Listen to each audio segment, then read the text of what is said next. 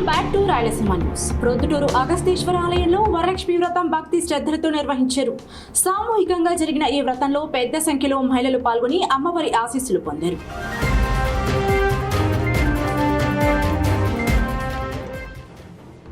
ప్రొద్దుటూరులోని ప్రముఖ అగస్తేశ్వర ఆలయంలో శుక్రవారం సామూహిక వరలక్ష్మి వ్రతాలు వైభవంగా నిర్వహించారు.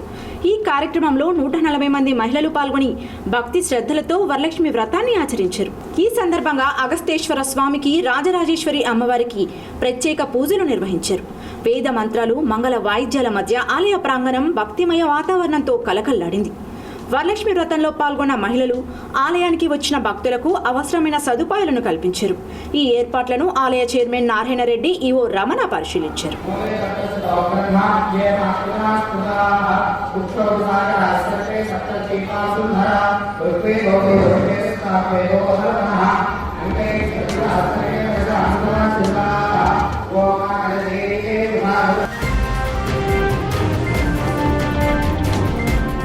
జిల్లాలో ఓటరు జాబితా ప్రత్యేక సవరణ కార్యక్రమంలో భాగంగా ప్రత్యేక ఓటరు నమోదు శిబిరాలను నిర్వహించనున్నారు.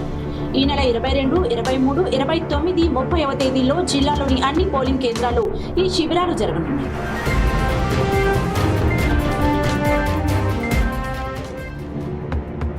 కడప జిల్లాలో ప్రత్యేక సమగ్ర సవరణ కార్యక్రమం SIRలో భాగంగా ప్రత్యేక ఓటరు నమోదు శిబిరాలు నిర్వహించనున్నట్లు జిల్లా కలెక్టర్ శ్రీధర్ చెరుకూరి తెలిపారు.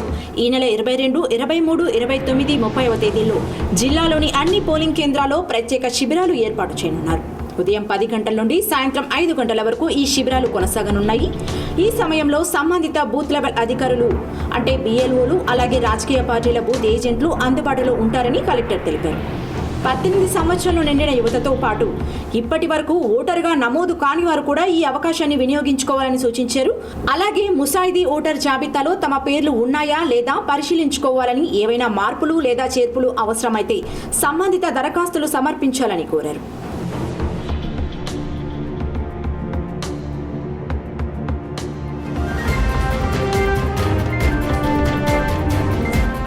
చేసుకుంటానని నమ్మించి చివరకు 6 లక్షల రూపాయలు తీసుకుని మోసం చేసిందంటూ ఒక యువకుడు పోలీసులను ఆశ్రయించాడు.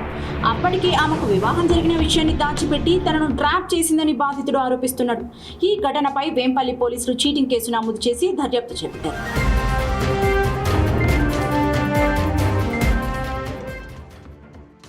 కడపకు చెందిన రాణి పులివెందుల వెటర్నరీ విభాగంలో పనిచేస్తుంది. ఈ క్రమంలో వేంపల్లకు చెందిన ప్రశాంత్ రెడ్డితో ఆమెకు పరిచయం ఏర్పడింది. ఆ పరిచయం కాస్త పెళ్లి వరకు వెళ్ళింది. ఇద్దరు వివాహం చేసుకోవాలని నిర్ణయించుకుని పెళ్లికి సంబంధించిన ఏర్పాట్లు కూడా ప్రారంభించారు. అయితే పెళ్లి చివరి దశకు చేరుకున్న సమయంలో రాణి వివాహానికి నిరాకరించినట్లు తెలుస్తుంది. దీంతో మోసపోయానంటూ ప్రసాద్ రెడ్డి వేంపల్లె పోలీసులను ఆశ్రయించాడు. రాణికి ఇప్పటికే వివాహం జరిగిన విషయాన్ని తనకు తెలియకుండా దాచిపెట్టిందని బాధితుడు ఆరోపించాడు. పెళ్లి పేరుతో తనను నమ్మించి డబ్బు కోసం ట్రాప్ చేసి సుమారు 6 లక్షల రూపాయలు తీసుకుందని ఫిర్యాదులో పేర్కొన్నాడు. టెన్యూర్లో ఆమెకు రకరకాల ఆమెదో చీటీలు వేసినామని చెప్పేసి, ఇంట్లో ఫ్యామిలీ ప్రాబ్లమ్స్ అని చెప్పేసి, ఇంకా బంగారం పెట్టని చెప్పేసి, ఈ కాలంలో రకరకాల ఇద్దరు లవ్ చేసుకున్నారు. తర్వాత సబ్సిక్యూరిటీగా మ్యారేజ్ కూడా చేసుకున్నామని చెప్పన్నారు. సో ఈ సందర్భంలో దగ్గర ఒక అమౌంట్ నియర్లీ ఒక 5.5 lakhs నుంచి 6 lakhs అమౌంట్ కూడాను ఈ ఉన్నటువంటి వెంకట ప్రసాద్ రెడ్డి అనేది ఆమె అకౌంట్ ఫోన్పే కూడా చేయడం జరిగింది.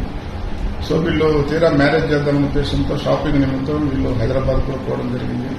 అదేవిధంగా 18th వీళ్ళు 17th ఈ నెల హైదరాబాద్ షాపింగ్ చేసుకోవడానికి తిరిగి రాబడి, సో 18th ఈవినింగ్ చిన్న చిన్న కార్యక్రమాల్లో పెళ్లిలో ఉన్న సాంప్రదాయపరమైన కార్యక్రమాలు చేసుకోవాలని నిర్ణయించుకుని, సో అమ్మాయిది నేటివ్ వచ్చేసి ఈమె పనిచేసేది పులివెందుల వెటర్నరీ డిపార్ట్మెంట్ అయినా ఆమె యొక్క నేటివ్ కడపలో ఉంటుంది. సో నేను 18వ తారీఖు ఈవినింగ్ నేను కడప పోయేసి నేను నాకు ఉన్నటువంటి కొన్ని బ్లౌజెస్ అవి స్టిచెస్ ఇచ్చాను తీసుకొని 19th ఎర్లీ మార్నింగ్ మన గండి క్షేత్రంలో మ్యారేజ్ చేసుకుందామని చెప్పేసి అందరూ కూడా నిర్ణయించుకున్నారు.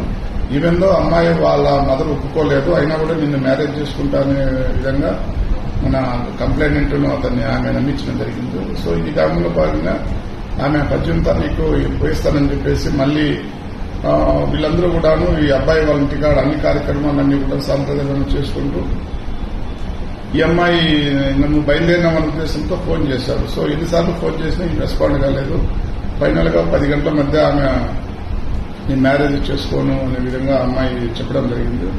సో ఈ విషయం మీద వాళ్ళు విచారిస్తే ఈ అమ్మాయికి గతంలోనే మ్యారేజ్ అయినట్లు, మ్యారేజ్ అయ్యి డైవర్స్ కూడా అయినట్లు, అయినా కూడా ఈ అమ్మాయి మా దగ్గర డబ్బులు తీసుకొని మ్యారేజ్ చేసుకుంటానని చెప్పేసి నమ్మించడం వల్ల నేను డబ్బులు ఇచ్చినాను. సో అందువలన నన్ను మ్యారేజ్ చేసుకోవాలనే ఉద్దేశంతో అతను ఇచ్చినటువంటి కంప్లైంట్ బేస్ చేసుకొని చీటింగ్ కేసు రిజిస్ట్రేషన్ చేయడం జరిగింది.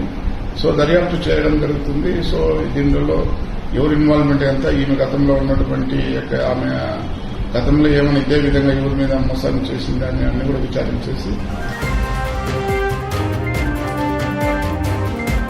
Thanks for watching. ఇలాంటి తాజా అప్డేట్స్ కోసం రాయలసీమ న్యూస్ టీవీని ఇప్పుడే సబ్స్క్రైబ్ చేసుకోండి. జై రాయలసీమ.